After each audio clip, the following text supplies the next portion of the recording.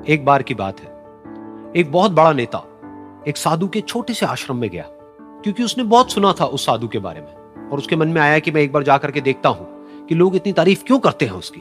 तो जब वो उस आश्रम में गया तो वहां पर एक छोटा सा कमरा था जहां पर एक कालीन बिछा हुआ था। वहां पर कुछ लोग बैठे हुए थे नीचे और साधु जी सामने बैठे हुए थे। कुछ सवाल जवाब चल रहा था। तो जैसे ही वो अंदर गया, वो अकेला नहीं था, उसके साथ में 4 बॉडीगार्ड्स भी थे और उसको ये आदत थी कि जहां पर भी वो जाता था लोग अपनी जगह से खड़े हो जाते थे, उसकी तरफ देखते थे, हाथ जोड़ते थे, अपना सर झुकाते थे। लेकिन यहां पर ऐसा कुछ भी नहीं हुआ। साधु ने उसकी तरफ देखा तक नहीं, क्योंकि वो साधु किसी के सवाल का जवाब दे रहे थे।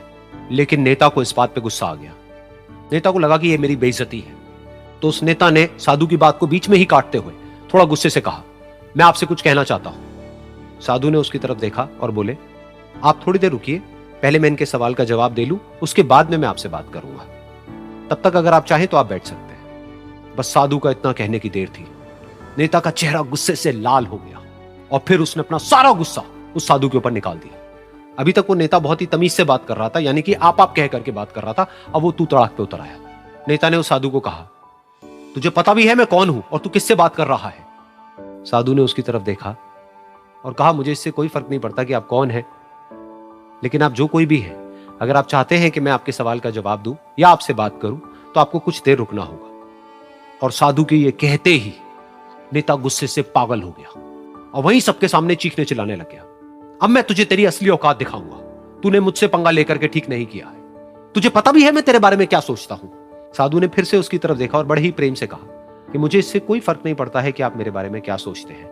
आप जो चाहे वो मेरे बारे में सोच सकते हैं। फिर उस नेता ने बोला कि तू चाहे सुनना चाहता है या नहीं, लेकिन मैं तुझे बताऊंगा यही सबके सामने कि मैं तेरे बारे में क्या सोचता हूं। तू एक बहुत ही घटिया इंसान है।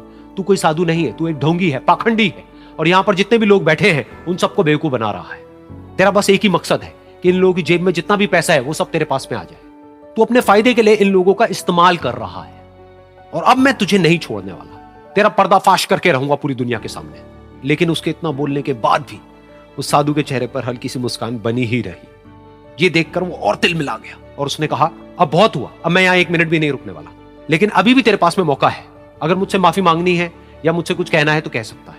इतना सब होने के बाद भी साधु बिल्कुल शांत था और उनके चेहरे पर एक मुस्कान थी।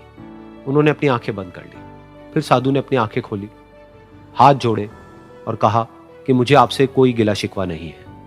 मेरे मन में आपके लिए कोई भी गलत ख्याल नहीं है। जो भी आपने मेरे बारे में कहा वो आपकी अपनी सोच थी, तो मुझे आप में कोई भी बुराई नजर नहीं आती है। मुझे आप एक बहुत ही भले इंसान लगते हैं। और साधु के इतना कहते ही नेताजी का दिमाग 7वें आसमान पर पहुंच गया।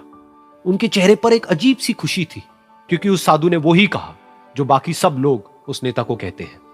और वो खुशी खुशी उस आश्रम से अपने घर की तरफ चला गया और जा करके अपने पिताजी के साथ में बैठ गया। उसके पिताजी की आंखें बंद थी और वो ध्यान में थे। पूरी जिंदगी उन्होंने सिर्फ लोगों की सेवा करी और बदले में कुछ भी एक्सपेक्ट नहीं किया। तो थोड़ी देर बाद जब उन्होंने अपनी आंखें खोली और देखा अपने बेटे को अपने साथ बैठे हुए, तो उनके बेटे के चेहरे पर आज एक अजीब सी खुशी थी जो आज से पहले उन्होंने कभी नहीं देखी थी। फिर उसने एक एक करके सब कुछ बताया कि आज क्या हुआ, किस तरह से वो आश्रम गया, वहां पर क्या हुआ, उसने क्या कहा, उन्होंने क्या कहा। तो जब इसके पिताजी ने पूरी बात सुनी तो थोड़ा सा मुस्कुराए और अपने बेटे को देख करके बोले कि उन्होंने तुम्हारी तारीफ नहीं करी है, क्योंकि उन्होंने वो नहीं कहा कि जो तुम हो, उन्होंने वो कहा कि जो वो खुद है। और तुमने जो भी कुछ उनको कहा वो नहीं कहा कि जो वो है, बल्कि तुमने वो कहा जो तुम खुद हो। यही बात वेदों में भी कही गई है, यथा दृष्टि तथा सृष्टि। ये दुनिया तुम्हें वैसी नहीं दिखती है जैसी कि ये दुनिया है। ये दुनिया तुम्हें वैसी दिखती है जैसे तुम खुद हो। जिसकी नजर जैसी है उसके लिए ये दुनिया वैसी ही है। तो अगर तुम अपनी दुनिया को बदलना चाहते हो तो उसका सिर्फ एक तरीका है, अपनी नजर को बदलो।